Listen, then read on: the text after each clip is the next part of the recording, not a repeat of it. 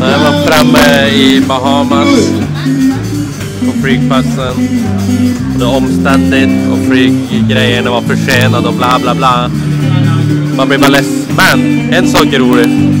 Det är att de har ett liveband med incheck-grejen här. You make a little train, you get in the village. When you turn around, big folks and fun. Every time you sing all night, they'll find them on the rain. On the fox, you'll get Man måste ju gilla det. Man måste ju bli glad. Ja, nu ska jag fylla i en massa roliga papper som vanligt. Men snart blir det hotell och chill. Synd bara att det är kallt ute. Typ, man måste ha de kläderna jag får på mig.